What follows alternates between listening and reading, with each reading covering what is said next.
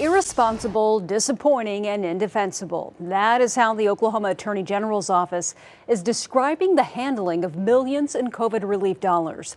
That money meant to help Oklahoma families with children who were struggling during the pandemic. A new grand jury report saying those in charge of the funds, including the governor and State Superintendent Ryan Walters, prevented families from accessing that money. News 4's Spencer Humphrey is here to break it all down. Spencer. Well, yeah, guys, you may remember last year when a state audit uncovered those mishandled funds. A multi-county grand jury now went to go on and investigate. And this week they concluded those state leaders showed, quote, a complete lack of oversight and accountability.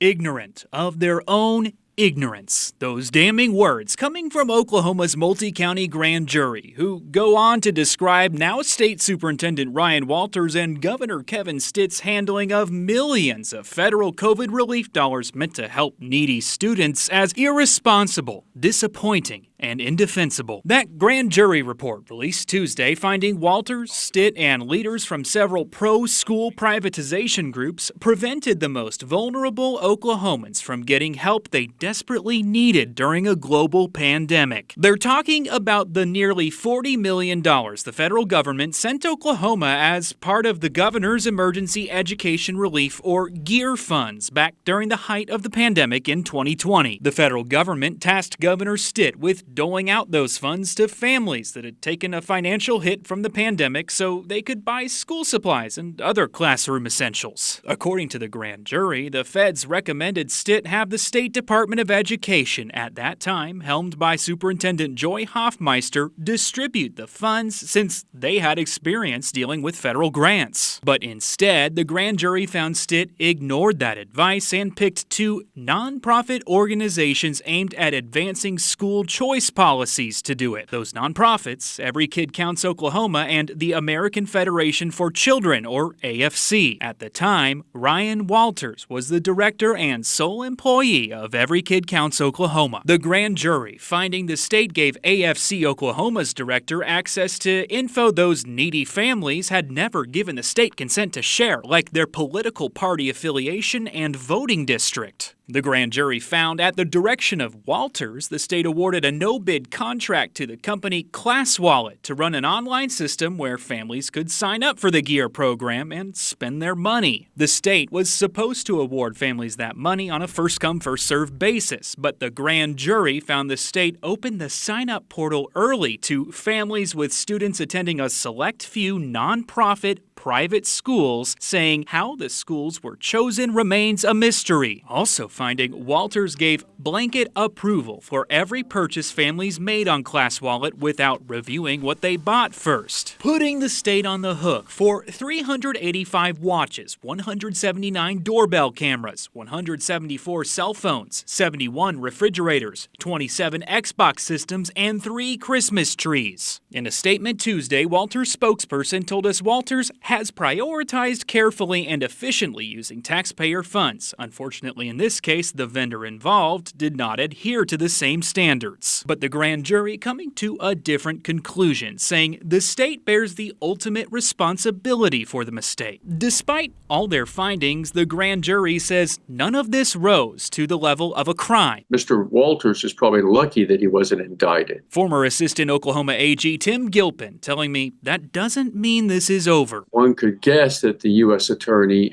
would want to take a look at it and potentially have a federal grand jury take a look to see if any federal laws were violated. Meanwhile, Governor Stitt pointing the finger at Attorney General Gentner Drummond in a statement Tuesday, writing, "This was an inappropriate and unlawful use of a grand jury, all to pursue a headline in the Attorney General's campaign for governor. Oklahomans can see right through this weaponization of the law." A grand jury is not political. Then there's also state lawmakers like Republican Representative Mark McBride, who's been calling for an all-encompassing investigation of Walters' State Department of Education for several months now. I think that this lays the groundwork for more investigations.